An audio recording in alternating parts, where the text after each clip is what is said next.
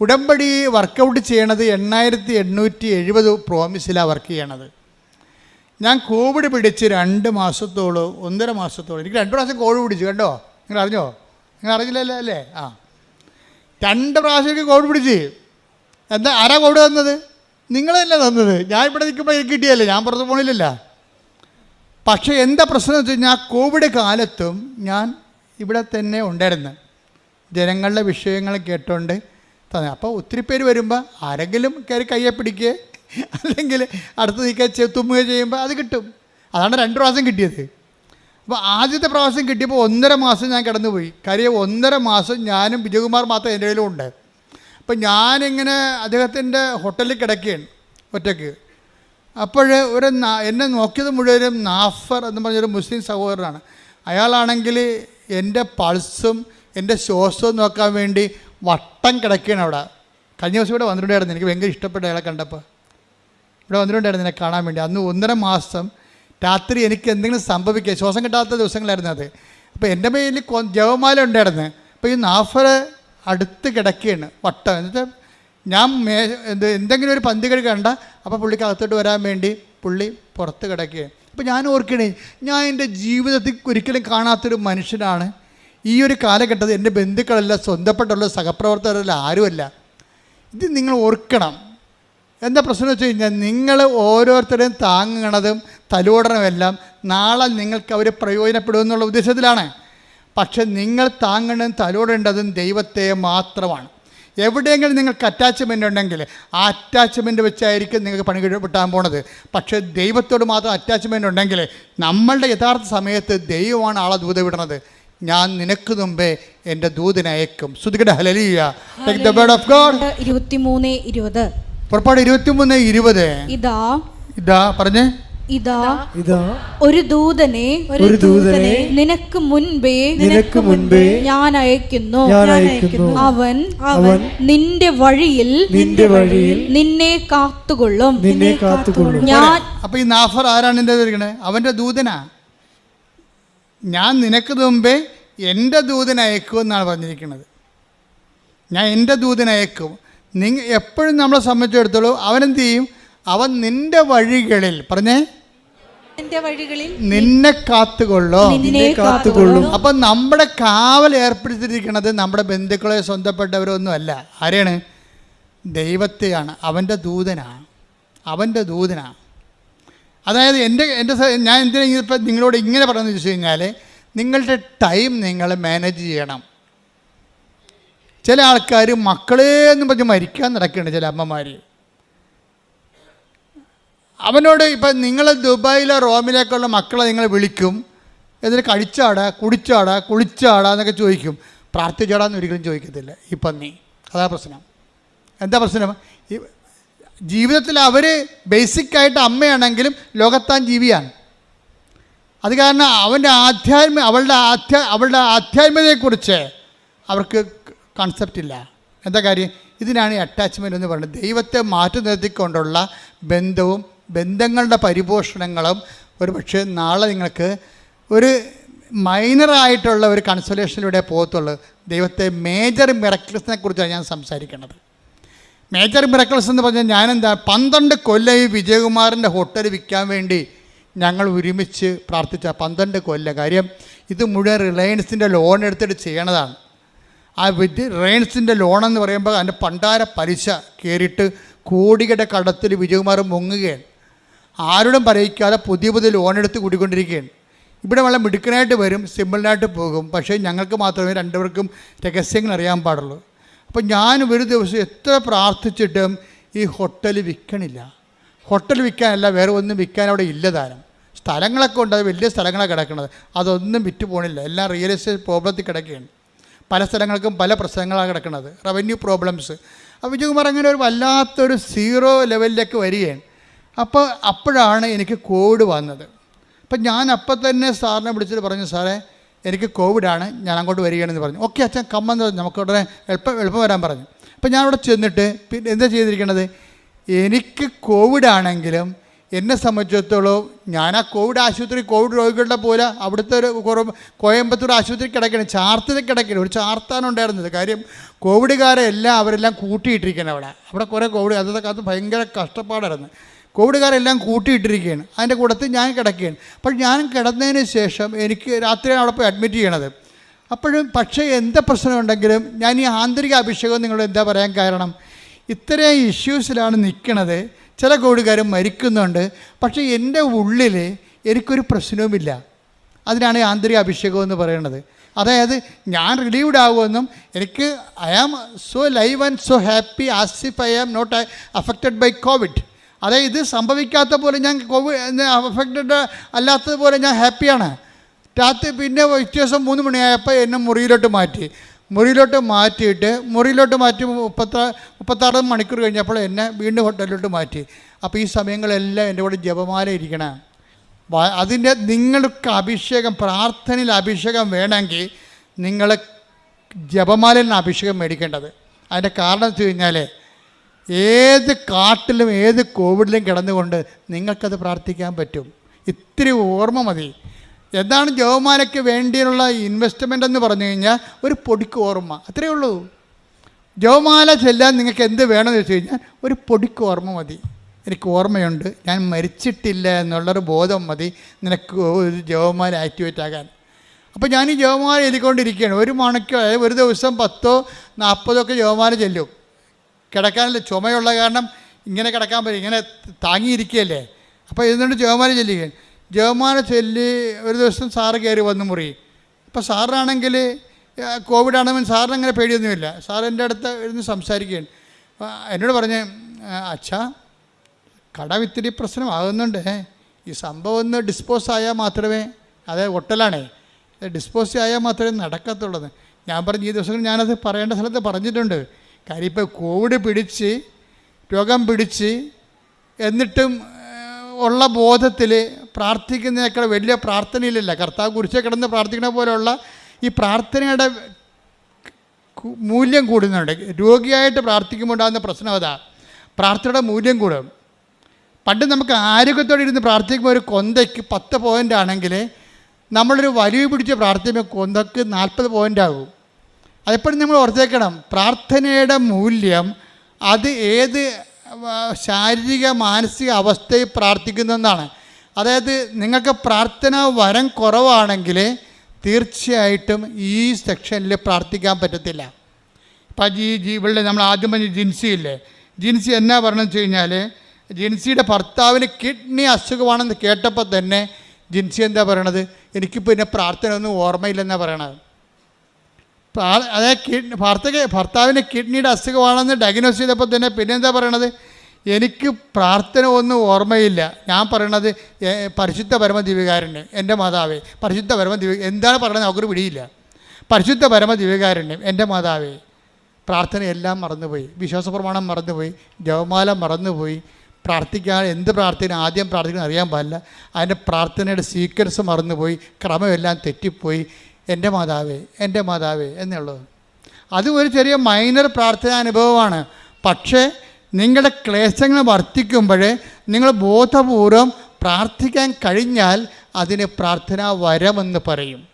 എല്ലാവർക്കും ഉള്ളത് പ്രാർത്ഥനയാണ്, പ്രാർത്ഥനാ വരമല്ല. പ്രാർത്ഥനാ വരമെന്ന് പറയുന്നത് പ്രെയർ ഇൻ ഡിഫിക്കൽട്ട് ടൈംസിലാണ് പ്രാർത്ഥനാ വരമെന്ന് പറയും. എല്ലാവർക്കും പ്രാർത്ഥന ചെല്ലാൻ അറിയാം, അത് പക്ഷേ മേജർ ആയിട്ടുള്ള വിഷയം വന്നാൽ അതുകൊണ്ട് പ്രയോജനമില്ലാതെ വരും. തന്നെയല്ല, മേജറായിട്ടുള്ള പ്രശ്നം വന്നു കഴിഞ്ഞാൽ പ്രാർത്ഥന കിട്ടത്തില്ല, ചെല്ലാൻ കിട്ടത്തില്ല. അല്ല പറയാം, എനിക്ക് പ്രാർത്ഥന കിട്ടി, ഞാൻ എല്ലാ പ്രാർത്ഥനയും മറന്നുപോയി, ഡിലീറ്റായിപ്പോയി പ്രാർത്ഥന, ആവിയായിപ്പോയി പ്രാർത്ഥന. വിശ്വാസം ആവിയാവുകയും പ്രാർത്ഥന ഡിലീറ്റായും ചെയ്യുന്ന ഒരു ഭയങ്കര കാളരാത്രി.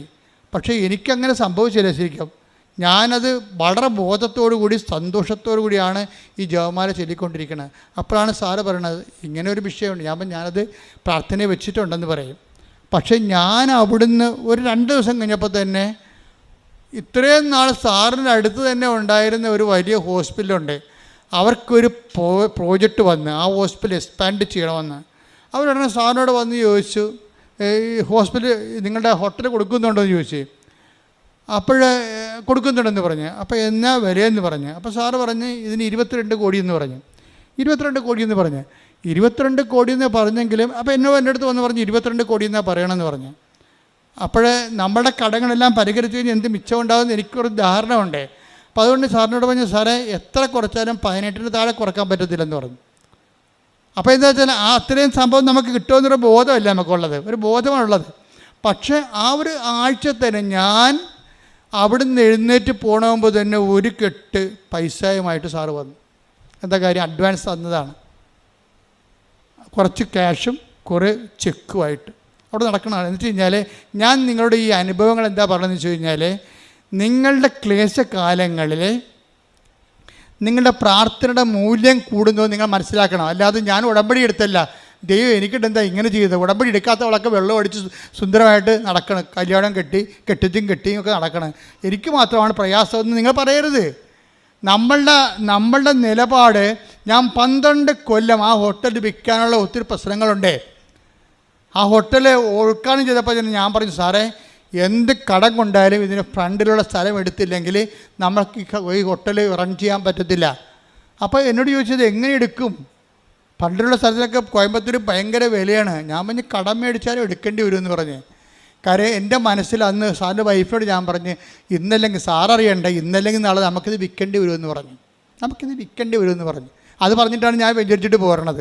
വെഞ്ചരിക്കുകയും ചെയ്തിട്ട് ഒട്ടൻ്റെ വിൽപ്പനയും തീരുമാനിച്ചിട്ടാണ് പോരണത് അവിടുന്ന്. എന്താ കാര്യം? അതാണ് എൻ്റെ കിടപ്പെന്ന് എനിക്കറിയാം. അപ്പം ഞാൻ ചെയ്ത് നോക്കുന്ന റവന്യൂ പ്രോബ്ലംസ് ഒന്നും ഉണ്ടാകരുത്. അതുകൊണ്ടാണ് അത് സേഫ് ആക്കണം അത്രയും സ്ഥലം. അത് നമുക്ക് ആരെങ്കിലും കൊടുത്താൽ എടുക്കണം, അവർക്ക് നാളെ പണി വരരുത്. അങ്ങനെ കറക്റ്റ് ചെയ്ത് അപ്പോൾ പക്ഷേ ഇത്രയും 12 കൊല്ലമായിട്ട് നടക്കണില്ല.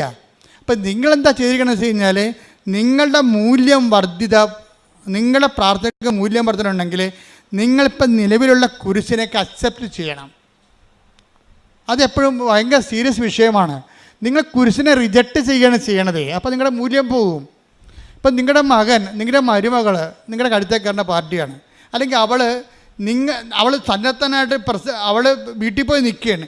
എന്നിട്ട് നിങ്ങളെക്കുറിച്ച് പറയണത് നിങ്ങൾ അവരെ തള്ളി പുറത്താക്കിയതാണ്, നിങ്ങളുടെ സ്വർണ്ണമൊക്കെ അവളുടെ സ്വർണ്ണമൊക്കെ നിങ്ങളെടുത്തെന്നായിരിക്കും പറയണത്. അവളുടെ സ്വർണ്ണമൊക്കെ നിങ്ങളെടുത്തെന്ന് പറഞ്ഞ് അവൾ വീട്ടിൽ പോയി നിൽക്കുകയാണ്. അവൾ വീട്ടിൽ പോയി നിൽക്കണതിന് നാട്ടുകാരോട് പറയാൻ ഒരു കാരണമാണ്. ഇപ്പം നിങ്ങൾക്ക് എന്ത് പറ്റി? മകൻ്റെ ജീവിതം പോയി, നിങ്ങൾ കള്ളിയുമായി, അവളുടെ സ്വർണ്ണം അടിച്ച് മാറ്റിയ കള്ളിയുമായി നിങ്ങൾ ആകപ്പാട്. അപ്പം നിങ്ങൾക്ക് വൈരാഗ്യം വിദ്വേഷമേ കൂടത്തുള്ളൂ. അതല്ല, ആ കുരിശിനെ നിങ്ങൾ ക്രിസ്തുവിൻ്റെ നാമത്തിൽ അക്സെപ്റ്റ് ചെയ്യണം. അവൾ എന്തും പറഞ്ഞോട്ടോ, എൻ്റെ മകൾ നാളെ ശരിയായിക്കൊള്ളും, അല്ലെങ്കിൽ കർത്താവ് അവളെ ശരിയാക്കും. അതിൻ്റെ പേരിൽ നിങ്ങൾ പുതിയ പാപിയായിട്ട് മാറരുത്. പിന്നീട് പറഞ്ഞു കേട്ടില്ലേ? നിങ്ങളുടെ മൂല്യം വർദ്ധിപ്പിക്കാൻ തരുന്ന ഉടമ്പടി കാലം എന്ന് വെച്ചാൽ ഉടമ്പടി ഒരു ജീവിത രീതിയാണ്, അല്ലാതെ അതൊരു പ്രാർത്ഥനാ രീതിയല്ല. ഉടമ്പടി ഒരു ജീവിത രീതി. അതിന് ഉടമ്പടിയുടെ തനത് നിലപാടുണ്ട്, തനത് സമീപനമുണ്ട്, എല്ലാ വിഷയങ്ങളും. ഇതിനാണ് മാതാവ് സെപ്റ്റംബർ 7 ഡിസ്പോസിഷൻ എന്ന് പറഞ്ഞത്. ഇത് ഫയറാകുന്ന ഡിസ്പോസിഷൻസ് എന്ന് പറഞ്ഞതിൻ്റെ കാരണം അതാണ്. അപ്പോൾ ഈ മനുഷ്യന് എന്തുകൊണ്ടാണ് ഇപ്പം നമ്മൾ വൈശാഖിൻ്റെ കാര്യം തന്നെ എടുക്കാം. വൈശാഖിന് ഇപ്പോൾ എത്രയ്ക്ക് 10 ലക്ഷം ദിർഹംസാണ് കിട്ടിയിരിക്കണം. 10 ദിർഹംസിന് പകരം ഉടനെ കമ്പനി അവനെ രണ്ടാമത് തിരിച്ചെടുക്കുകയും ചെയ്ത് അവന് 10 ലക്ഷം ദിർഹംസ് അവൻ്റെ ചികിത്സയ്ക്ക് വേണ്ടി ഇട്ട് കൊടുത്തപ്പോൾ അവൻ്റെ ലോണെല്ലാം അടച്ചു തീർത്ത്. നല്ല കാശായിരുന്നു ഇതിൻ്റെ ഓപ്പറേഷനെ. ആ ലോണെല്ലാം അടച്ചു തീർത്ത് കഴിഞ്ഞപ്പോൾ കുറച്ച് കഴിഞ്ഞപ്പോൾ ജോലി ചെയ്തുകൊണ്ടിരിക്കുന്ന സമയത്ത് വേറൊരു സംഭവം, ഇത്രയും നാൾ കിട്ടായിരുന്ന ഇൻഷുറൻസ് മുഴുവനും പാസ്സായി. ഒരു മനുഷ്യൻ 10 ദിർഹംസ് കൊണ്ട് കോടിക്കണക്കിന് രൂപയുടെ ആസ്തിയിലേക്ക് വരികയാണ്. എപ്പോഴും വിചാരിക്കേണ്ടത്, നിങ്ങൾ ചെയ്യണത് ഇത് കിട്ടുമെന്ന് ഓർത്തിട്ടാണ് വൈശാഖ് ചെയ്തത് അല്ല. ഞാനിങ്ങനെ പറയണമുണ്ട്, ഇങ്ങനെ കിട്ടുമെന്ന് ഓർത്തോട്ട് നിങ്ങൾ ചെയ്യരുത്. നിങ്ങൾ ചെയ്യേണ്ടത്, കർത്താവ് എന്നെ സംരക്ഷിക്കും, ഞാൻ നിനക്ക് മുമ്പേ എൻ്റെ ദൂതനയക്കും, അവൻ നിന്നെ കാത്തുകൊള്ളുന്ന സംഭവിക്കും. അത് കർത്താവിൻ്റെ, നിങ്ങൾ ദൈവത്തിന് വേണ്ടി ചെയ്യുമ്പോൾ ദൈവത്തിൻ്റെ കാവല് സംരക്ഷണം റീഡ് ഇറ്റ് അഗൈൻ. ശ്രുതിക്കട്ടെ ഹല്ലേലൂയ. ഇതാ ഒരു ദൂതനെ നിനക്ക് മുമ്പേ ഞാൻ അയക്കുന്നു. ഇതാ ഒരു ദൂതനെ നിനക്ക് മുമ്പേ ഞാൻ അയക്കുന്നു. അവൻ നിന്റെ വഴിയിൽ നിന്നെ കാത്തുകൊള്ളും. Praise the Lord. അപ്പം നിന്റെ വഴികളിൽ, ജീവിത വഴിയാണ് ഉദ്ദേശിക്കുന്നത്, അല്ല കൃപാസനത്തിൽ വന്നിട്ട് വീട്ടിൽ പോയ വഴിയല്ല ഉദ്ദേശിക്കുന്നത്. നിൻ്റെ വഴിയെന്ന് പറഞ്ഞാൽ എന്താണ്? നമ്മളെ നിത്യത വരെയാണ് നമ്മുടെ വഴിയുള്ളത്. ഒരു വിശ്വാസിയെ സംബന്ധിച്ചിടത്തോളം അവൻ്റെ വഴി എവിടെ നിന്നാണുള്ളത്? നിത്യത വരെ കിടക്കണം ആ വഴി. അപ്പോൾ നിൻ്റെ വഴികളിൽ എന്തു ചെയ്യും? നിന്നെ കാത്തുകൊള്ളും നിത്യത നേടുന്നതിൽ നിന്ന്. ഈ വൈശാഖ അവസാനം പറയുന്നൊരു വാക്കുണ്ട്, അത് എന്നെ വളരെ ഞെട്ടിപ്പിച്ചൊരു വാക്കാണ്. മരണം വരെ ഉടമ്പടി ജീവിക്കുവാൻ നമുക്ക് കഴിയണമെന്ന്. നിങ്ങൾക്കറിയാമല്ലോ. അതായത് ഇതെങ്ങനെയാണ് തുടങ്ങിയത്? കൃപാസനം മാതാവ് എന്ന് പറയുന്നത് ഭൂലോക തട്ടിപ്പാടെന്ന് പറഞ്ഞ് ജീവിക്കാൻ തുടങ്ങിയ ആളാണ്. എന്നിട്ട് ഈ മനുഷ്യൻ്റെ ഓരോ ഘട്ടം ഘട്ടമായിട്ട് അനുഭവത്തിലൂടെ ഈ മനുഷ്യൻ തന്നെ കണ്ടില്ലേ. ഇപ്പം എന്താ അവസാനം പറയണത്? മരണം വരെ നമുക്ക് ഉടമ്പടിയിൽ ജീവിക്കാൻ കഴിയണം. അപ്പം ആ ഉടമ്പടിയെക്കുറിച്ച് ആ മനുഷ്യന് ജീവിതത്തിൽ ഏറ്റവും വലിയ കൺവിക്ഷനായിപ്പോയി. ഞാനെപ്പോഴും സന്തോഷിക്കണതേ, ഞാനെപ്പോഴും why I am a missionary എന്ന് എന്നോട് ചോദിച്ചാൽ ഞാൻ എപ്പോഴും എന്നോട് തന്നെ ചോദിച്ചിട്ടുണ്ട്, why you are a missionary. കാരണം എൻ്റെ ഉടുപ്പ് എൻ്റെ പട്ടം കിട്ടി 1.5 കൊല്ലം കഴിഞ്ഞപ്പോൾ എൻ്റെ ഉടുപ്പ് ചേഞ്ച് ചെയ്തു. അപ്പോൾ ഞാൻ മിഷണറി ആണെന്നുള്ള ബോധം എനിക്കുണ്ടായിരുന്നു. എന്നാൽ ഇടവകയിൽ ജീവിക്കുമ്പോൾ തന്നെ ഒരു മിഷൻ കോൺഗ്രിഗേഷനിൽ പോയി ചേരേണ്ട കാര്യമൊന്നുമില്ല. ഒരു ഇടവക വൈദ്യന് മിഷണറി ആകാൻ പറ്റും. മിഷണറിയുടെ ജോലി എന്താണ്? കർത്താവിനെ അറിയാത്തവരെ അറിയിക്കുക, അറിഞ്ഞവരെ ആഴപ്പെടുത്തുക. അപ്പോൾ നമ്മൾ മിഷണറിയായി. ഇപ്പം ഞാൻ മിഷണറിയായി, നിങ്ങളും മിഷണറി ആയില്ലേ? നിങ്ങളും മിഷണറി അല്ലേ? അപ്പോൾ അതിനേക്കാൾ വലിയൊരു ജോലി ഒരു മനുഷ്യന് ദൈവത്തിന് വേണ്ടി ചെയ്യാനില്ല. അതാണ് പ്രശ്നം. അപ്പം ഞാൻ എപ്പോഴും ഓർക്കുന്ന ഒരു വിഷയം, എന്നോട് ചോദിക്കണം നിങ്ങൾ why you are a missionary എന്ന് ചോദിച്ചാൽ ഞാൻ എന്ത് പറയുമെന്നറിയാമോ? എന്നോട് ചോദിക്കണം why you are a missionary എന്ന് ചോദിച്ചാൽ ഞാൻ പറയും, എനിക്ക് ക്രിസ്തു എന്ന് പറയുന്ന ആൾ, ക്രിസ്തുവിനെ കൊണ്ട് ഞാൻ ഒത്തിരിയേറെ കരഞ്ഞിട്ടുണ്ട് സന്തോഷം കൊണ്ട്. അത്രയ്ക്ക് സംഭവമാണ് കർത്താവ്. നിങ്ങൾക്ക് ഞാൻ മാതാവ് എനിക്ക് പ്രത്യക്ഷപ്പെടുന്നു പറയുമ്പോൾ നിങ്ങളൊക്കെ ഞാൻ മാതാവുമായിട്ടാണ് ബന്ധമെന്ന്. അങ്ങനല്ല, അത് സംഭവം അതല്ല. അമ്മ മാതാവ് പ്രത്യക്ഷപ്പെടുന്ന സാഹചര്യം എന്ന് പറയണത്, ഞാൻ ക്രിസ്തുവുമായിട്ട് ഏതാണ്ട് എനിക്ക് 4 വയസ്സുള്ളപ്പോൾ ഞാനൊരു സ്വപ്നം കണ്ട്. അതൊരു ആനപ്പുറത്ത് വെള്ള ലോഹയിട്ട് ചുവപ്പ് അങ്കിയിട്ട കർത്താവ് ആനപ്പുറത്ത് പോകണം. ഞാൻ എൻ്റെ ജീവചരിത്രത്തിൽ എഴുതിയിട്ടുണ്ട് 4 വയസ്സിലെ സ്വപ്നം. അന്ന് മുതലാണ് ഞാൻ ഈ കർത്താവിനെ ശ്രദ്ധിക്കാൻ തുടങ്ങിയത്.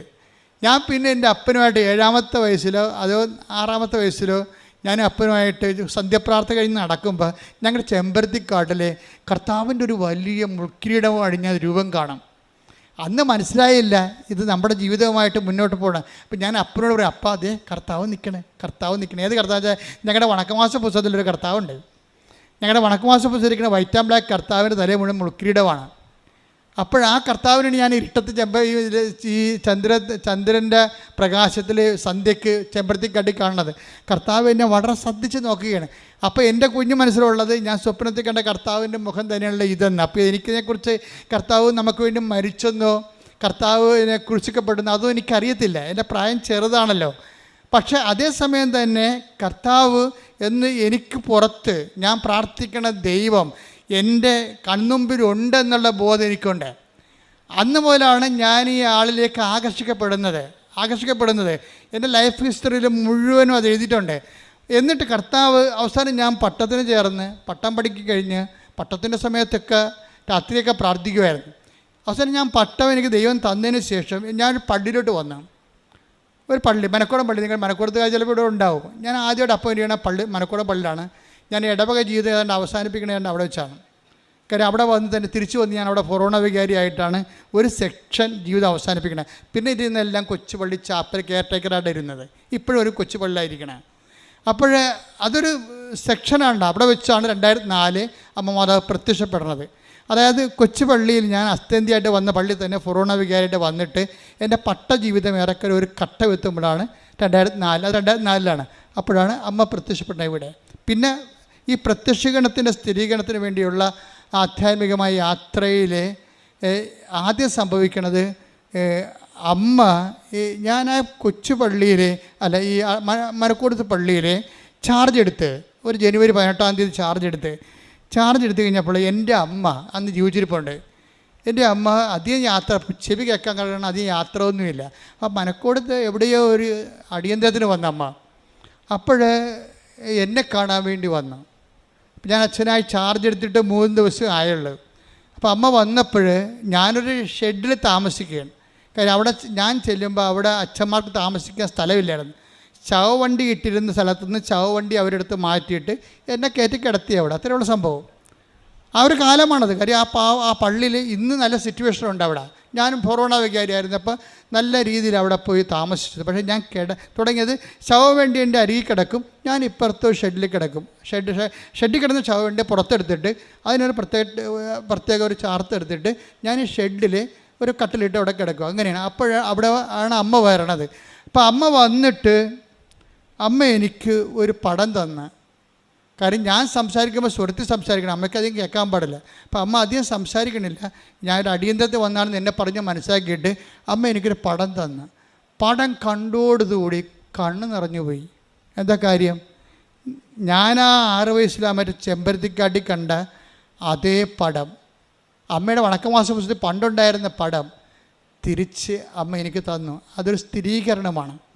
എന്നുവെച്ചാൽ നിൻ്റെ കൂടെ നീ ഇന്ന് എൻ്റെ ജോലി ചെയ്യാൻ തുടങ്ങിയിരിക്കണം. എൻ്റെ ജോലി നിന്നെ ഞാൻ വിളിച്ചത് 4 വയസ്സിലും 6 വയസ്സിലുമാണ് നിന്നെ വിളിച്ചത്. അത് നീ തുടങ്ങിയിരിക്കുകയാണ്. ഒരു ഓർമ്മ, ഞാൻ നിൻ്റെ കൂടെ ഉണ്ട്. മുൾക്കിരീടം വഹിച്ചാണെങ്കിലും ഞാൻ നിൻ്റെ കൂടെ ഉണ്ട് എന്നുള്ള ബോധ്യങ്ങൾ.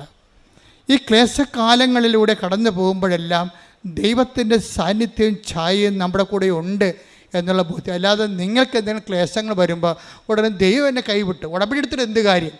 ഉടമ്പടി എടുക്കാത്തവന്മാരൊക്കെ അടിച്ചോട് ജീവിക്കണം, ഞാൻ മാത്രം നരകിക്കണം എന്നൊക്കെ പറഞ്ഞിട്ട് ഇല്ലാത്ത ശാസി ഡയലോഗ് അടിക്കരുത്. മിണ്ടാതിരിക്കണം, മൗനമായിരിക്കണം. മറിയത്തെ പോലെ ഹൃദയത്തിൽ സംഗ്രഹിക്കണം. ശ്രദ്ധിക്കട്ടെ. ഹല്ലേലൂയ. ഹല്ലേലൂയ, ഹല്ലേലൂയ, ഹല്ലേലൂയ. കാലങ്ങളിൽ ആരാധനയും സ്തുതിയും പുകഴ്ചയും ഉണ്ടായിരിക്കട്ടെ. അപ്പോൾ ഇതൊക്കെ ആക്സിഡൻ്റലായിട്ട് സംഭവിച്ചാണെന്ന് നിങ്ങൾ പറയരുത്. നമ്മുടെ ജീവിതത്തിൽ ഒന്നും അങ്ങനെ ആക്സിഡൻ്റലായിട്ട് സംഭവിക്കത്തില്ല.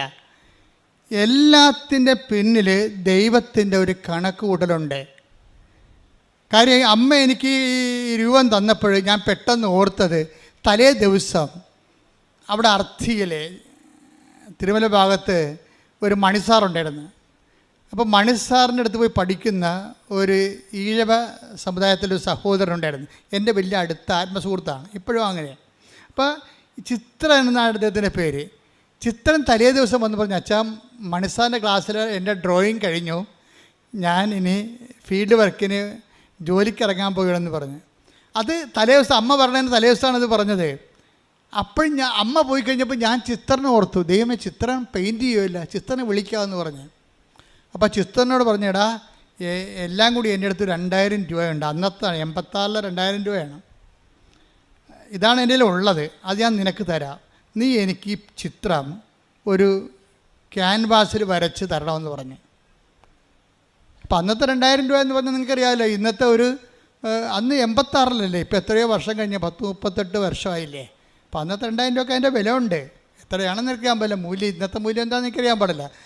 ഞാൻ ആ ചിത്രത്തിന് 2000 രൂപ കൊടുത്ത് പറഞ്ഞ് ഇതൊന്ന് വരച്ച് തരാൻ പറഞ്ഞു. എന്താണ്? എനിക്കത് സൂക്ഷിക്കാൻ വേണ്ടിയാണ്. ഞാനത് സീരിയസ് ആയിട്ട് എടുത്തു.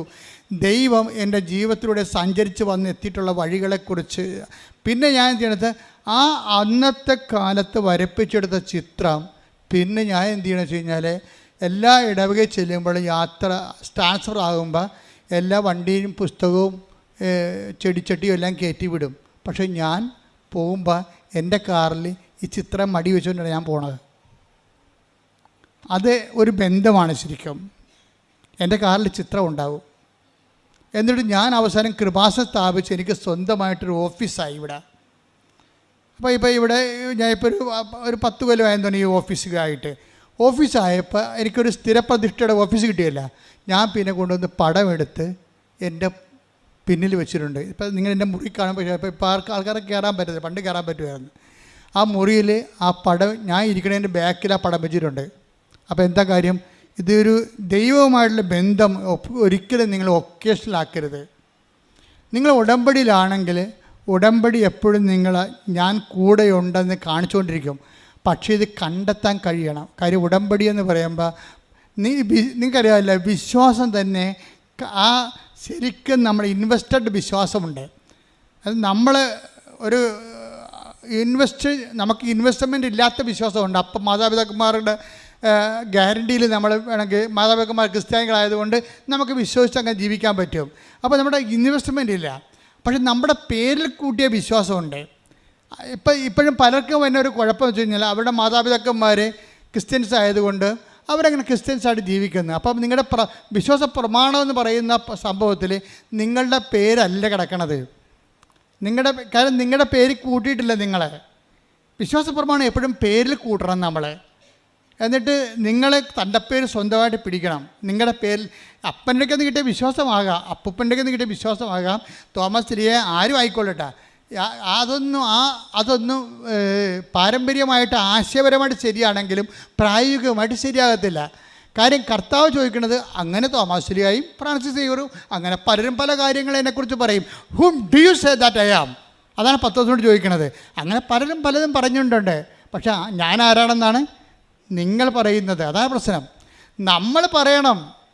അപ്പോഴാണ് നമ്മുടെ പേരിൽ കൂട്ടി തൻ്റെ പേര് പിടിക്കണത്. പിന്നെ നമ്മൾ ടാക്സ് അടച്ചുകൊണ്ടിരിക്കണം. ഈ ടാക്സ് അടക്കണം. ഇപ്പോൾ എനിക്ക് കോവിഡ് വന്നു. കോവിഡ് വിജയകുമാറിൻ്റെ പരിപാടി എന്താണ്? ഓരോ 3 ദിവസം കൂടുമ്പോഴും പുള്ളി 6000 രൂപ മുടക്കിയിട്ട് കോവിഡ് ടെസ്റ്റ് നടത്തുകയാണ്. വല്ല കാര്യമുണ്ടോ? അച്ഛൻ സുഖപ്പെട്ടാന്ന് അറിയാൻ വേണ്ടി ഈഗർനെസ് അനുസരിച്ചുകൊണ്ട് പ്രൈവറ്റായിട്ട്, അങ്ങനെ ചെയ്യാൻ പാടില്ലാത്തതാണ്, പ്രൈവറ്റായിട്ട് എപ്പോഴും സിറം എടുത്തുകൊണ്ട് പോകും. എന്നിട്ട് സന്ധ്യയായപ്പോൾ റിപ്പോർട്ട് വരുമ്പോൾ വിജയകുമാർ സങ്കടപ്പെട്ട് വരും.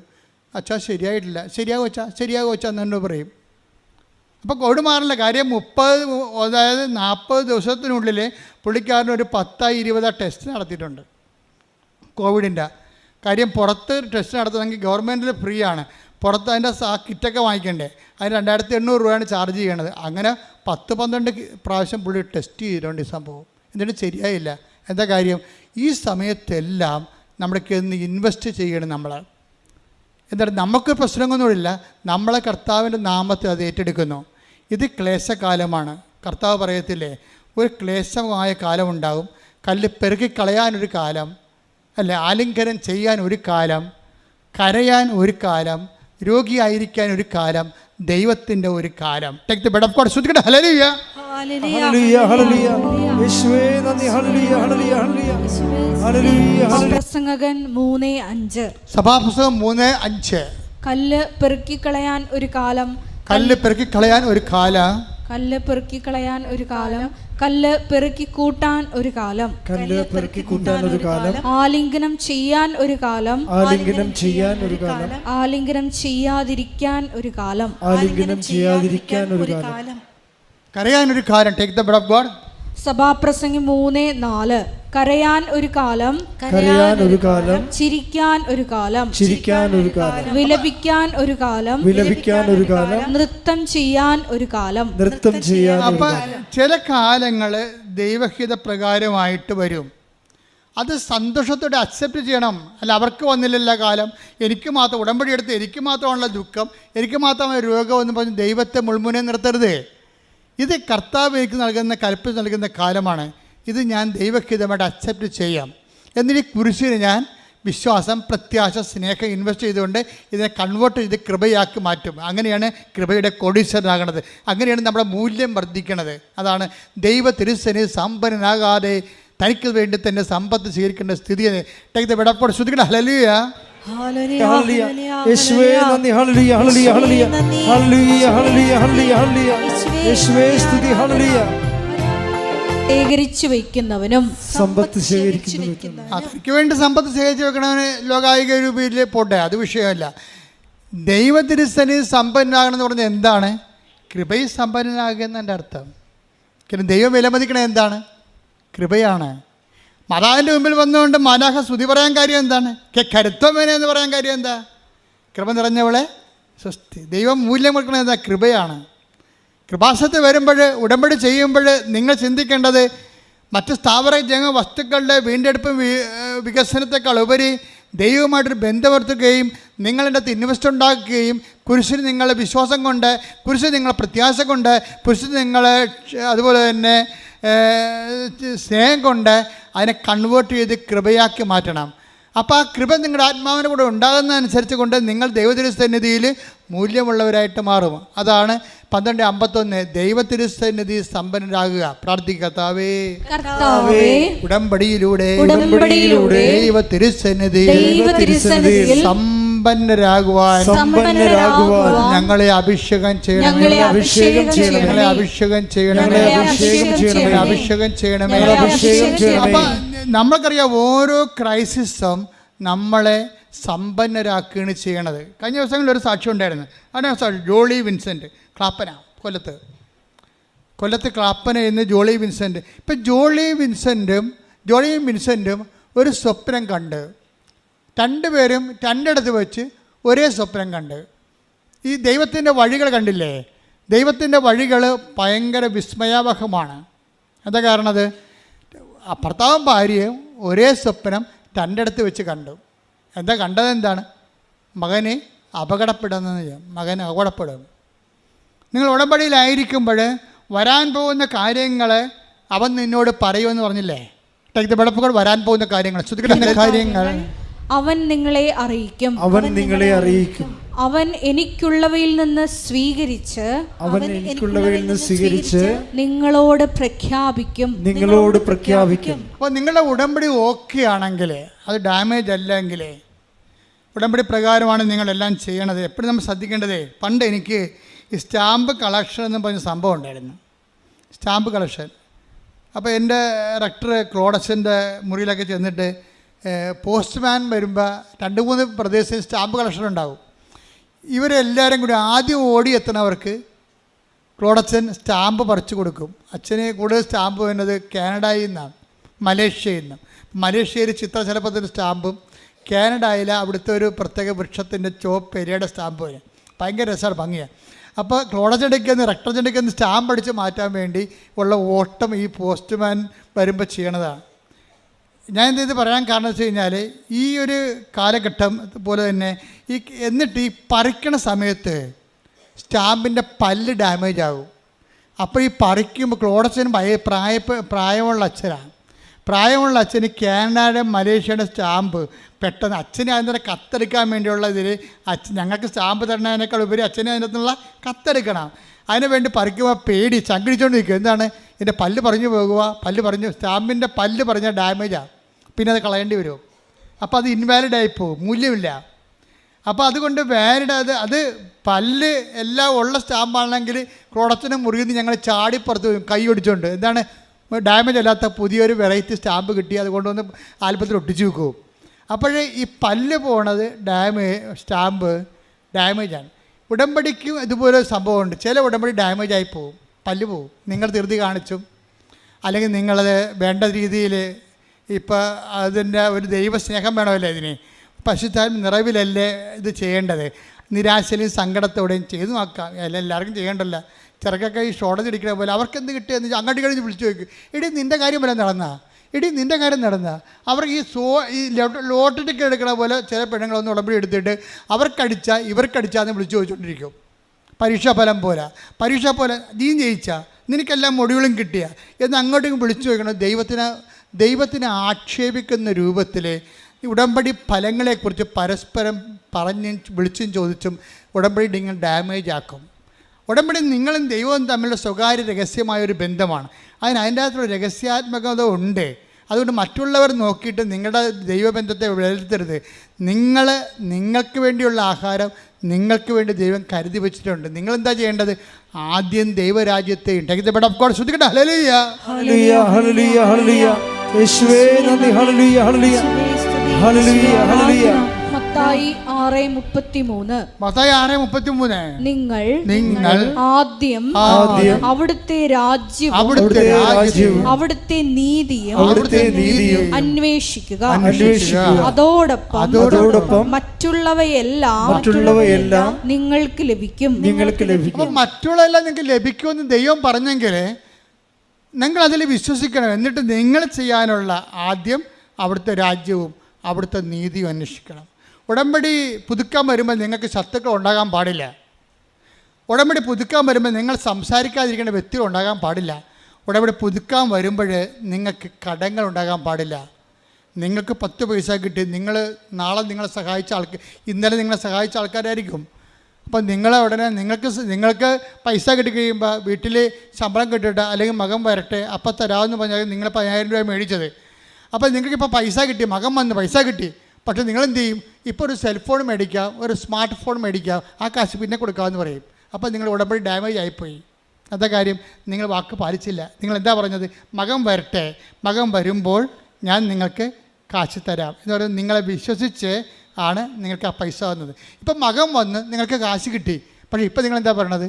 നല്ല സ്മാർട്ട് ഫോൺ മേടിക്കണം, ഇങ്ങനെ തൊട്ട ഓടണ പുതിയ ഫോണുണ്ട്, അത് വാങ്ങിച്ച്. അപ്പം നിങ്ങളുടെ കാര്യം കഴിഞ്ഞിട്ട് മതി മറ്റുള്ളവരുടെ കാര്യം എന്ന് പറയുമ്പോൾ ദൈവം ആദ്യം ദൈവരാജ്യം എന്ന് പറയണത് ആദ്യം മറ്റുള്ളവരുടെ കാര്യമല്ലേ ചെയ്യേണ്ടത്. നമ്മൾ കടപ്പെട്ടുള്ള കാര്യങ്ങൾ ആദ്യം ചെയ്യണം. അപ്പോൾ ഉടമ്പടി ഡാമേജ് ആകത്തില്ല. അല്ലെങ്കിൽ സ്റ്റാമ്പിൻ്റെ പല്ല് ഡാമേജ് ആയ പോലെ നിങ്ങളുടെ ഉടമ്പടി ഡാമേജ് ആകും. അപ്പോൾ ഉടമ്പടി ഡാമേജ് ആകാതിരിക്കാൻ വേണ്ടി പ്രത്യേകം ശ്രദ്ധിക്കണം. അതിൻ്റെ ചേരുവകളും ചെയ്വനകളും കറക്റ്റ് ചെയ്തിട്ട് നിങ്ങൾ ദൈവദൃശ്യം നീറ്റായിട്ട് നിൽക്കുകയാണെങ്കിൽ ഡാമേജ് ആകാത്ത ഉടമ്പടിയാണ്. ഡാമേജ് ആകാത്ത ഉടമ്പടി ഒരു ദേശീയ പാത പോലെയാണ്. ദൈവം ഏത് സമയത്തും വരും. ഇപ്പോൾ എന്താ പറയുക, ജോളിയുടെ പ്രശ്നം എന്താ? ജോളിയും വിൻസെൻറ്റും അപ്പോൾ അവർ സ്വപ്നം കണ്ട പോലെ തന്നെ മകനെ വണ്ടി ഇടിച്ച് പിറ്റേ ദിവസം. അപ്പോൾ ഭർത്താവ് ഭാര്യനെ വിളിച്ച് പറഞ്ഞില്ല. അവൾ വിളിച്ച് പറഞ്ഞാൽ ഭാര്യ വല്ലാത്ത കണ്ടീഷനായി പോകും.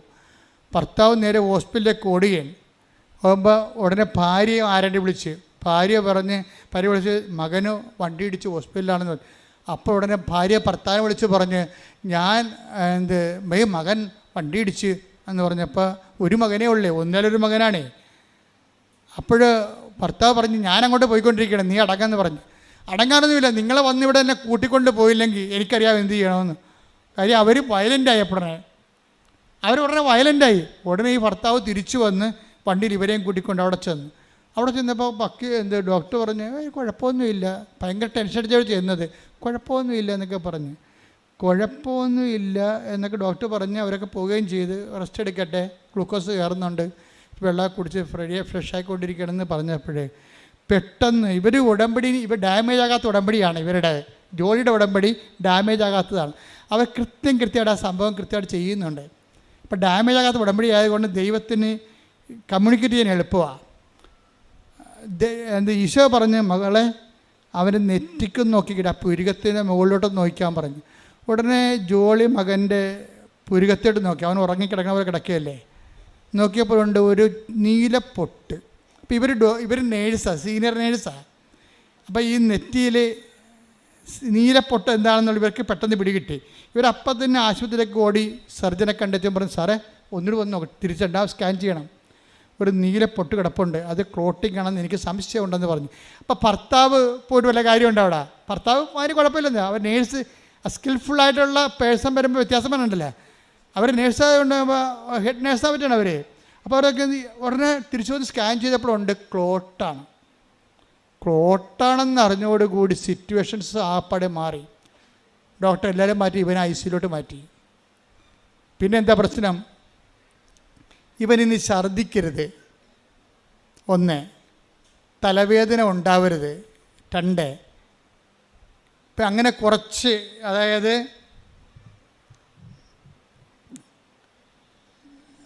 ഛർദ്ദിക്കരുത്, തലവേദന ഉണ്ടാവരുത്. ഇപ്പം നിരീക്ഷണത്തിലായി ഇവൻ. അപ്പം നിരീക്ഷണത്തിലായെങ്കിലും ക്ലോട്ട് ഇത്തിരി സീരിയസ് ആണ്. അങ്ങനെ വന്നാൽ തലക്കും ഇഞ്ചറി ഉണ്ട്, അതാണ് വിഷയം. അപ്പോൾ തലക്ക് ഇഞ്ചറി ഉള്ള കാരണം ഛർദ്ദിക്കാനുള്ള സാധ്യത 100%. ഇവർ രാത്രി ഉറങ്ങാതെ കഴിച്ചു കൂട്ടും. 3 മണിയായപ്പോൾ ഭർത്താവ് ഉറങ്ങും. അപ്പോൾ 3 മണിയാൾക്ക് ഭർത്താവ് ഉറങ്ങുമ്പോൾ ഇവർക്ക് തോന്നുകയെ ആരെയും വിളിക്കത്തില്ല അതാണ് ഈ ഡാമേജ് ഇല്ലാത്ത ഉടമ്പടിക്കാരുടെ ഗുണം. അതാണ് ഇവർ പറഞ്ഞ വാക്കുണ്ട്, ഞാൻ ആരെയും വിളിച്ചില്ല, എന്തിനാണ് വിളിക്കണത്? ഉടമ്പടി എടുക്കാത്തവരെ വിളിച്ചിട്ട് എന്ത് കാര്യമെന്ന്. സ്വന്തം അമ്മയും അപ്പനും ഒക്കെ ഉണ്ട്, നാത്തിനൊക്കെ ഉണ്ട്, അവരാരും ഉടമ്പടി എടുത്ത് ദൈവമായിട്ട് ബന്ധമില്ലല്ലോ. അവർ ഒരു മനുഷ്യൻ്റെ ചിന്ത, അവരുടെ സ്വന്തം ചിന്തയാണ്. ഞാൻ ആരെയും വിളിച്ചില്ല, ഞാൻ ഉടമ്പടി എടുത്ത ആൾക്കാരെ വിളിച്ചു. അത് എൻ്റെ മകൻ ഇങ്ങനെ ആശുപത്രിയിലാണെന്ന് പറഞ്ഞു. അപ്പോൾ ഇത് വ്യത്യാസം കണ്ട, ആൾക്കാർ ഉടമ്പടിയെ കാണുന്ന രീതി കണ്ട. അവിടെ ബന്ധപ്പെട്ടവരും രക്തബന്ധമുള്ളവരെയും വിളിക്കണില്ല. അവരുടെ ബന്ധം എന്താണ്? ഈ സമയത്ത് അവർക്ക് വന്ന് മോങ്ങാനല്ല, കെട്ടിപ്പിടിച്ച് ചാകണ മുമ്പ് തന്നെ കുറേ ആൾക്കാർ വന്ന് കെട്ടിപ്പിടിച്ച് കരഞ്ഞില്ലേ മറ്റേ ഗ്രേസിനെ, ആ ജിൻസിനെ കെട്ടിപ്പിടിച്ച് ഇങ്ങനെ കെട്ടിപ്പിടിച്ച് കരയാനല്ലേ പറ്റത്തുള്ളൂ. പിന്നെ 2 ഓറഞ്ച് വാങ്ങിച്ചു കൊടുക്കാൻ പറ്റും, അല്ലാതെ ഈ കക്ഷികൾക്ക് ഒന്നും ചെയ്യാൻ പറ്റത്തില്ല. അപ്പോൾ അതുകൊണ്ട് ഇവർ ജോലി പറയണത് ഞാൻ ബന്ധുക്കളൊന്നും വിളിച്ചില്ല. എന്താ കാര്യം? ഞാൻ ഉടമ്പടി എടുത്തവരെ അറിയിച്ചു. അപ്പോൾ അവർ കുറച്ച് കഴിഞ്ഞപ്പോൾ ഉടമ്പടി തൈലവും കൊണ്ട് വന്നു. അതാ വിഷയം. ഞാൻ അകത്ത് കയറി നെഞ്ചിൽ പെരട്ടി ഞാൻ എന്നെ ഉടനെ നേഴ്സ് പുറത്താക്കി. അപ്പോൾ ഈ വെയിറ്റ് ചെയ്യാണ്. കാര്യം വളരെ മോശം കണ്ടീഷനിലേക്കാണ് ആൾ പോയിക്കൊണ്ടിരിക്കുന്നത്. അപ്പോൾ ഞാൻ പുറത്ത് നിന്ന് ജപമാല ചൊല്ലിക്കൊണ്ടിരിക്കുകയാണ്.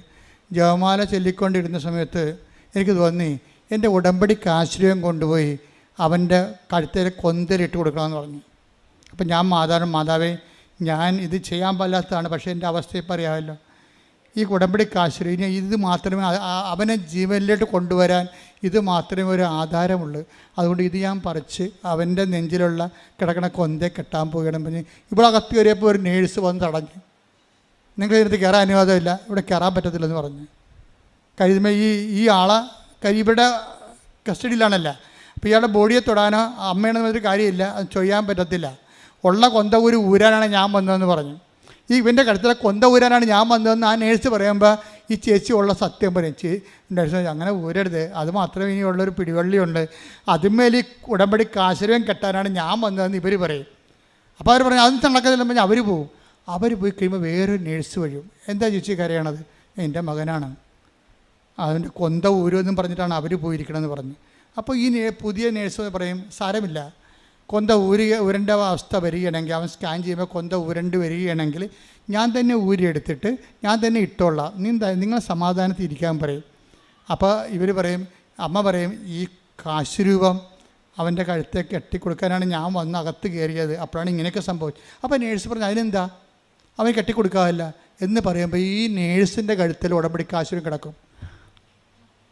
അപ്പോഴിവർ കണ്ണ് നിറഞ്ഞു പോയി ശരിക്കും. അതായത് മാതാവ് മറ്റവരെ മാറ്റിയിട്ട് ഇവരെ പ്ലേസ് ചെയ്തിരിക്കണ്ട, ഉടമ്പടി എടുത്തൊരു മോളെ തന്നെ ആ സെക്കൻഡ് അവിടെ സ്പേസ് ചെയ്ത്.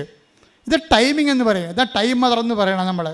മറ്റൊരു പ്രശ്നം ഉണ്ടാക്കിയപ്പോൾ തന്നെ യഥാർത്ഥ ആളെ മാതാവ് പറഞ്ഞു വിട്ടിട്ട് അവർ ആ ഉടമ്പടി കാശുരൂപം കെട്ടിവെച്ചും പുറത്തേക്ക് വന്ന് ആ കൊന്ത കാശുരൂപം കെട്ടിയിട്ട് പുറത്തേക്ക് വന്ന് കുറച്ച് കഴിഞ്ഞപ്പോൾ ഒരു വെളുപ്പിന് 3 മണിയായി. 3 മണിയായപ്പോൾ ഭർത്താവ് ഉറങ്ങി. പിന്നെ ഇവർ ആശുപത്രി ജനലിംഗ നിൽക്കുകയാണ്. അപ്പോൾ അമ്മയോട് ചോദിച്ചു, അമ്മ ഇവിടെ ഉണ്ടല്ലോ അല്ലേ? ഞങ്ങൾക്ക് ഒരു മകനേ ഉള്ളൂ, ഒന്നും പറയാനില്ല, എല്ലാം അമ്മയുടെ കയ്യിലാണെന്ന് പറഞ്ഞപ്പോൾ ഉണ്ട് ആകാശത്തിങ്ങനെ വെള്ളമേഘങ്ങളിങ്ങനെ വന്ന് നിറഞ്ഞു. എന്നിട്ട് അവിടെ നീല മേലേക്ക് തെളിഞ്ഞു. അപ്പോൾ അതിൻ്റെ അർത്ഥം എന്താണ്? ഞാൻ കാവലായിട്ടുണ്ടെന്നതിൻ്റെ അർത്ഥം. അതായത് ഇങ്ങനെ ഈ ജനലിൽ കൂടെയാണ് ഇത് കാണുന്നത്. ഈ സംഭവം കടൽത്തീരം മുഴുവൻ നിറഞ്ഞിട്ട് അവസാനം വെള്ളി മേഘങ്ങളിൽ ഇങ്ങനെ അമ്മയുടെ നീലമേലെങ്കിൽ തെളിയും. അപ്പോൾ ഇവർക്ക് ഉറപ്പാവും. കാര്യം ഇവർക്കല്ലേ ഈ കോഡ് ഭാഷ അറിയത്തുള്ളൂ. ഉടമ്പടി ഡാമേജ് ആകാത്തവർക്ക് ദൈവത്തിൻ്റെ പ്രസൻസിൻ്റെ കോഡ് ഭാഷ അറിയാം. അല്ലാതെ ദൈവം എന്ത് തലകുത്തി പറഞ്ഞാലും അറിയാൻ പറ്റത്തില്ല. കാര്യം ഫ്രോഡാണ് ഉടമ്പടി എടുത്തിരിക്കണമെന്നുണ്ടെങ്കിൽ അറിയാൻ പറ്റത്തില്ല. ആ കറക്റ്റ് ആൾക്കാർ, ആ വേവലെന്തുള്ള സത്യസന്ധമായ ഉടമ്പടിയിലൂടെ ജീവിക്കുന്നവർക്ക് ദൈവത്തിൻ്റെ സൂചനകൾ അറിയാൻ പറ്റും, പ്രസൻസ് അറിയാൻ പറ്റും. പിറ്റേ ദിവസം ആയപ്പോൾ ഡോക്ടർ പറഞ്ഞ് ടെസ്റ്റെല്ലാം ഓക്കെയാണ്, ഛർദ്ദിച്ചിട്ടില്ല, തലവേദനയില്ല, ഓക്കെയാണ്, മകനെ കൊണ്ടുപോകാമെന്ന് പറഞ്ഞു.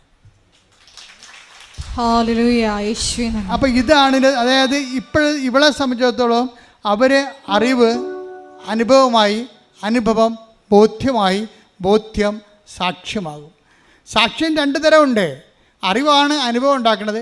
അനുഭവം മേജർ ആയിട്ടുള്ള അനുഭവങ്ങളുണ്ട്, മൈനർ അനുഭവങ്ങളുണ്ട്. മേജർ അനുഭവങ്ങളിൽ നിന്ന് മേജർ ബോധ്യങ്ങളുണ്ടാകും. ബോധ്യങ്ങൾ എന്തുണ്ടാക്കും? സാക്ഷ്യം ഉണ്ടാക്കും. സാക്ഷ്യം 2 തരമുണ്ട്. ജനങ്ങളുടെ ഇടയിൽ ഏറ്റുപറച്ചിലുണ്ട്, സാക്ഷ്യമായി ജീവിക്കണമുണ്ട്. സാക്ഷ്യമായി ജീവിക്കണ 2 തരമുണ്ട്. വേദസാക്ഷ്യമുണ്ട്, രക്തസാക്ഷ്യമുണ്ട്. ഉടമ്പടി നിങ്ങൾ നയിച്ചുകൊണ്ട് പോണത് ദൈവത്തിന് വേണ്ടി ജീവിച്ച് ജീവിത സാക്ഷ്യങ്ങളിലേക്കാണ്. പ്രാർത്ഥിക്കുക, കർത്താവേ അങ്ങയ്ക്ക് വേണ്ടി ജീവിക്കുവാൻ,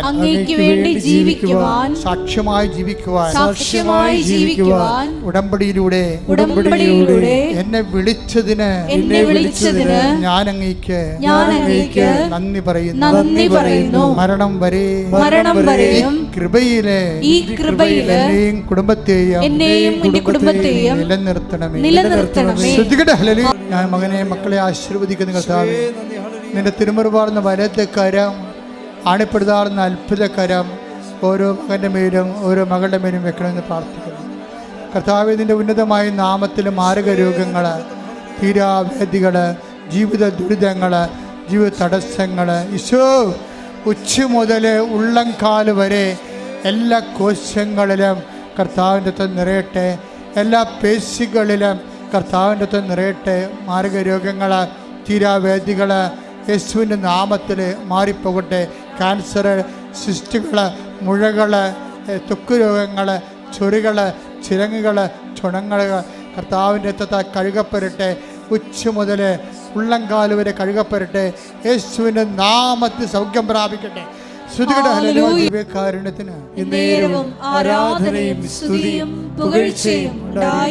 മക്കളെ കൈകൾ കൂപ്പുക. ഇപ്പം നമ്മൾ പ്രാർത്ഥിക്കാൻ പോകുന്നത് കർത്താവ് ജീവനോടെ ഇവിടെ സാന്നിധ്യം നൽകുന്ന വലിയ സ്വർഗീയ ശക്തിയുടെ നിമിഷങ്ങളാണ്. നമ്മൾ പ്രാർത്ഥിക്കാൻ പോകുന്നത് ജോലിയില്ലാത്തവർ, വീടില്ലാത്തവർ, കലങ്ങിയ കുടുംബങ്ങൾ, ഭിന്നിച്ച കുടുംബങ്ങൾ, വഴിപഴിച്ചു പോയ മക്കൾ, അന്യനാടുകളിലും വിദേശത്ത് നിന്ന് അകപ്പെട്ടു പോയവർ, ജപ്തി നടപടി നേരിടുന്നവർ, സാമ്പത്തിക സ്രോതസ്സുകൾ വറ്റിപ്പോയവർ, സാമ്പത്തികം അന്യാധീനപ്പെട്ടു പോയവർ, ആ മേഖലകളെല്ലാം സമർപ്പിക്കാൻ പോവുകയാണ്. ഒരു ഗതിയും പരഗതിയുമില്ലാതെ എന്ത് ചെയ്യണമെന്നറിയാതെ നട്ടം തിരിഞ്ഞ് നിൽക്കുന്ന മനുഷ്യരുണ്ട്. അവരെല്ലാം പരിശുദ്ധ അമ്മയോട് ചേർത്ത് കൊടുത്തുകൊണ്ട് ഈ ആഴ്ചയിൽ തന്നെ സമയബന്ധിതമായി 7 ദിവസത്തിനുള്ളിൽ അവരുടെ വിഷയത്തിന് മേൽ ദൈവിക തീരുമാനം ഉണ്ടാകാൻ വേണ്ടി ശ്രദ്ധിക്കട്ടെ. ഹല്ലേലൂയ,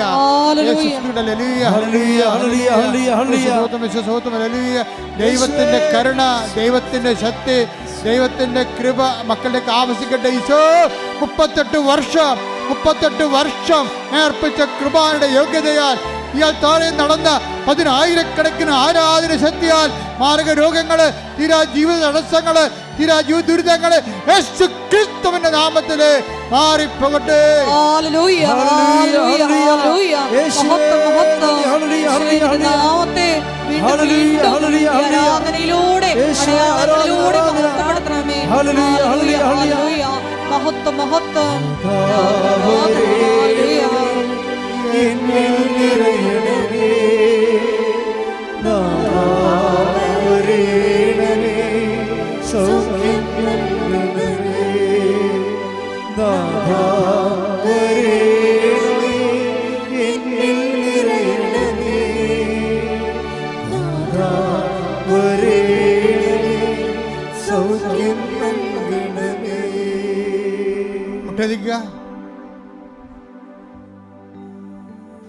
അച്ഛൻ്റെ പ്രാർത്ഥനയിൽ ഉൾപ്പെടാത്ത വിഷയങ്ങൾ, നിങ്ങളുടെ സ്വകാര്യമായ സങ്കടങ്ങൾ മൗനമായി ഈശോയ്ക്ക് പരിശുദ്ധമ്മയുടെ മാധ്യസ്ഥ സമർപ്പിക്കുക. അപൂർവമായൊരു സമയമാണിത്. ഇത്രയും നമ്മൾ വചനം കേട്ടതിന് ശേഷമാണ് ഇപ്പോഴും കർത്താവിൻ്റെ തിരുസേം മുട്ടുകുത്തിക്കൊണ്ട് നമ്മുടെ ജീവിത നിലനിൽപ്പിന് വേണ്ടി നിങ്ങൾ കണ്ണീരിടുന്നത്. ഇതിൻ്റെ മേൽ സാക്ഷ്യം പറയാവുന്ന നേരത്തെ നിങ്ങൾ ഈശോയോട് പറഞ്ഞുകൊള്ളുക. സാക്ഷ്യം പറയാൻ സാധിക്കും. നിങ്ങൾ ദൈവത്തിന് ഒരു സമയം കൽപ്പിച്ച് നൽകുക. മാതാവിൻ്റെ മധ്യസ്ഥതയിൽ അമ്മ ഒരു സമയം നിശ്ചയിച്ചു കഴിഞ്ഞാൽ കർത്താവ് അത് മാറ്റത്തില്ലെന്ന് ഓർത്തുകൊണ്ട് തന്നെ നിങ്ങളുടെ വിഷയത്തിന് മേൽ ദൈവിക തീരുമാനം ഉണ്ടാകാം. സമയം നിങ്ങൾ നിശ്ചയിക്കുക. അമ്മേ, പരിശുദ്ധമ്മ, ദേവമാതാവേ, സമയത്തിൻ്റെ മാതാവേ, സഞ്ചാരി മാതാവേ, എല്ലാ മേഖലകളിലും മക്കൾ അനുഭവിക്കുന്ന വിഷയങ്ങൾ സമയബന്ധിതമായി നിറവേറാൻ ആവശ്യമായ ദൈവത്തിൻ്റെ മാധ്യസ്ഥം പരിശുദ്ധ അമ്മയുടെ അപ്രതിരോധ്യമായ സ്വർഗീയ മാധ്യസ്ഥത മുമ്പിൽ ഞങ്ങൾ സമർപ്പിച്ചുകൊണ്ട് പരിശുദ്ധ അമ്മയുടെ മധ്യസ്ഥ ഈശോയ്ക്ക് സമർപ്പിച്ചുകൊണ്ട് ശ്രദ്ധിക്കട്ടെ. ഹല്ലേലൂയ, ഹല്ലേലൂയ, ഹല്ലേലൂയ. ഈശ്വരാധന, ഹല്ലേലൂയ. ഈശോയെ സമയബന്ധിതമായി നമ്മുടെ ജീവിതത്തിൽ ഇടപെടുന്നവരുടെ കാരുണ്യത്തിന് നന്ദി പറയുന്നു. പരിശുദ്ധ അമ്മയുടെ മധ്യസ്ഥത്തിന് നന്ദി പറയുന്നു. Hallelujah, hallelujah. മഹത്വം, മഹത്വം, ആരാധന, ആരാധന. ഹല്ലേലൂയ. മൗനമായ സ്വന്തം സ്വകാര്യ സങ്കടങ്ങൾ സമർപ്പിക്കേണ്ട സമയമാണ്. നിങ്ങൾക്ക് വേണ്ടി അച്ഛൻ ഈശോയെ തൊട്ട് പ്രാർത്ഥിക്കേണ്ട സമയമാണിത്.